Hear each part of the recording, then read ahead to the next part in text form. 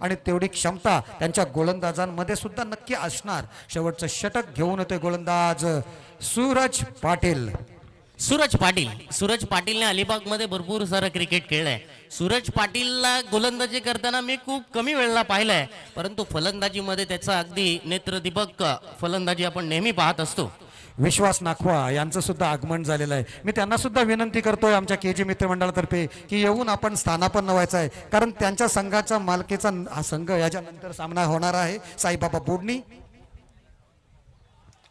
क्या बात आहे, पहिल्या चेंडूवर बॅटची कडा घेतली, चेंडू यष्टीरक्षकाच्या हातात जाऊन विसावला। आणखी एक फलंदाज तंबूच्या आश्रयाला माघारी परततोय, आणखी एक फलंदाज बाद।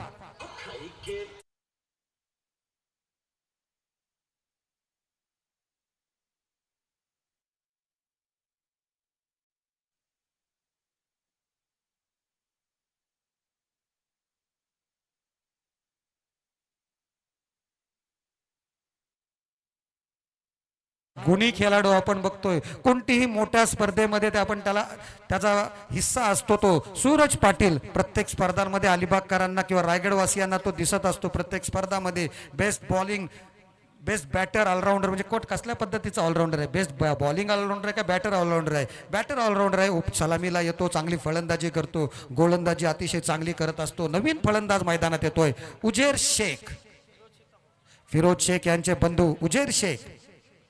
मोठा फटका मारण्याचा प्रयत्न, पुन्हा एकदा चेंडू हवेत, क्षेत्ररक्षक चेंडू खाली, कोणतीही चूक करत नाहीये, नजर हटवत नाहीये। शेवटच्या क्षणाला चेंडू त्याच्या हातात जाऊन विसावतोय। बॅक टू बॅक दुसरा धक्का।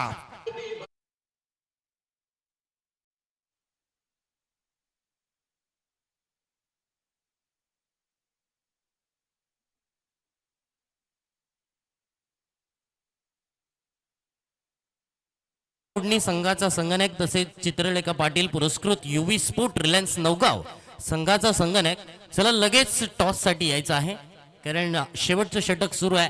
बॅक टू बॅक 2 विकेट गेलेले आहेत। मग अशी नक्कीच आपण गोलंदाजाबद्दल चर्चा करत होतो की गोलंदाज किती जरी महान असला ना तरी त्याच्याकडून एखादा चेंडू खराब पडत असतो। विराट कोहलीचं हेच स्टेटमेंट आहे की विराट कोहली त्याच्या एका नक्की स्टेटमेंटमध्ये सांगतात की गोलंदाज किती चांगली गोलंदाजी करतोय, किती जरी महान गोलंदाज असला तरी त्याच्या एक खराब चेंडूची फक्त वाट पाहायची असते, आणि तोच एक खराब चेंडू जर त्या खराब चेंडूवरती आपल्याला बाउंड्री आली किंवा षटकाराला सिंगल डबल धावा आल्या तर आपण ॲव्हरेजने खेळू शकता।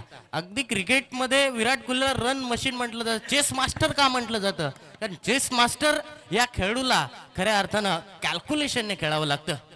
धावसंख्या येथे मात्र पोहोचली आहे धावफलकावरती 32 धावा आणि 2 सलगचे विकेट। आतापर्यंत हॅट्रिक विकास दादा झालेला नाहीये, 2 वेळेला 2 विकेटचा बऱ्याच वेळेला कारनामा झाला। अजय चौलकर मोठा फटका खेळण्याचा प्रयत्न करतायत, चेंडू मात्र हवेत, हॅट्रिक, पहिली हॅट्रिक नोंदवली गेली आहे। सूरज पाटील मान फ्रॉम वाघिलवाडा पनवेल हॅट्रिक मिळवतोय। महाशिवरात्री चषक 2026 मधली पहिली हॅट्रिक मिळवणारा गोलंदाज ठरलाय सूरज पाटील।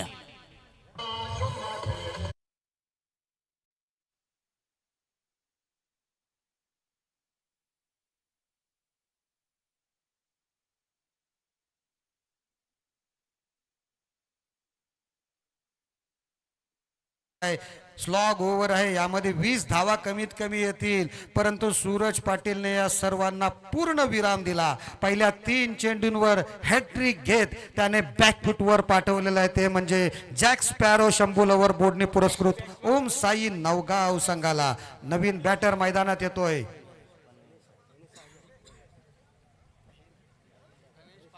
गणेश पारंगे। गणेश पारंगे येतोय फलंदाजीसाठी।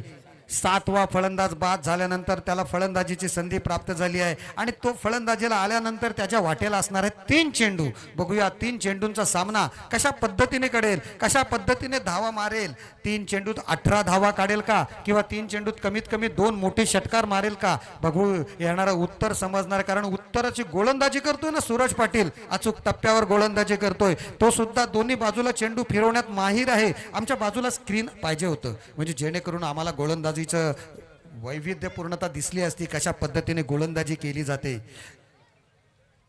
पुढचा चेंडू सूरज पाटील याचा, डावखुरा फलंदाज येतोय गणेश पारंगे।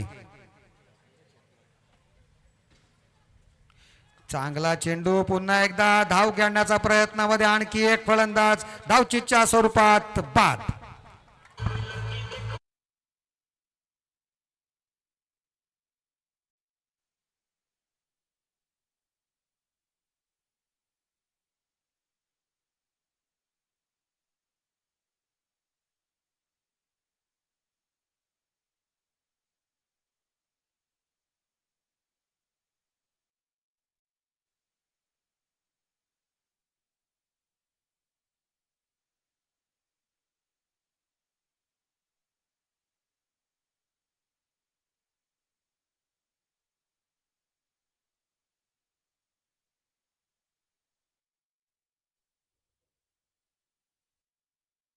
षटकार जरूर लगावला होता.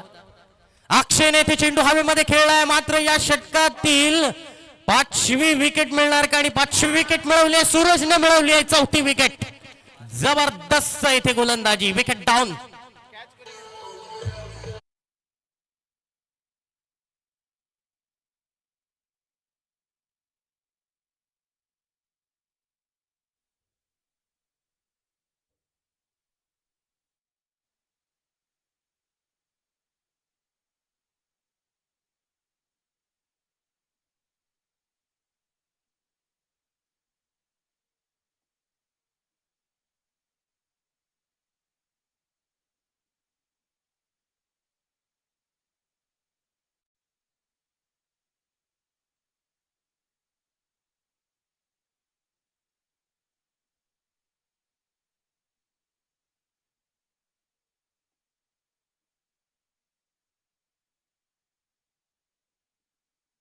यांच्याकडून हरचंद्र नाकव्या यांच्याकडून 500 रुपयांचं पारितोषिक ऑलरेडी आलेलं आहे सूरज पाटील साठी.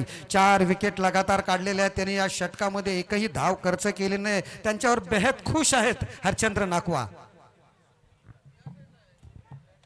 परंतु या चंड क्या बात है, वाह भाई वाह. थोडंसं मिसफील्ड झालं त्या ठिकाणी. एक धाव मिळाली, दुसरी धाव सुद्धा प्राप्त केली गेली. तिसरी धाव काढण्याचा प्रयत्न होता, परंतु या वेळेला विकेट्स, म्हणजे प्रत्येक चेंडूंवर विकेट आहे या मॅच मध्ये. परंतु ही जर विकेट घेतली असती ना, झेल पकडला असता, सोपा झेल होता. जीवित मात्रेच्या हातातून निसटला तर रेकॉर्ड झाला असता. 5 विकेट आणि निर्धाव षटक. मला वाटते या संपूर्ण महाशिवरात्री चषकांमधील हा संपूर्ण रेकॉर्ड झाला असता. एवढा रेकॉर्ड मला वाटतं अद्यापर्यंत झालेला आहे किंवा नाही माहिती नाही आहे, परंतु यंदा तरी रेकॉर्ड झाला असता. परंतु या षटकाची समाप्ती होते. या शेवटच्या चेंडूवर 2 धावा काढल्या जातात आणि धावसंख्या होते 34 धावा. 35 धावांचं लक्ष आहे. बघूया, ऑल आउट झालेला आहे आणि संघाचे सर्व खेळाडू बाद झालेले आहेत. बघूया या 35 धावांचं लक्ष जय श्रीराम मरुवाई माऊली सिंघम रेवस संघ कशा पद्धतीने राखेल आणि त्यांना कशा पद्धतीने तोड देईल त्या संबंध. जय श्रीराम मरुवाई माऊली सिंघम रेवस एक अंतर किती वेळा षटकामध्ये पार करेल हे बघणार आहोत आपण. चला, नाणेफेकीसाठी आपण जायचं आहे. त्या ठिकाणी टॉस बॉक्स मध्ये साईबाबा पोडणी विरुद्ध चित्रलेखा पाटील पुरस्कृत युवी स्पोर्ट्स रिलायन्स नवगाव.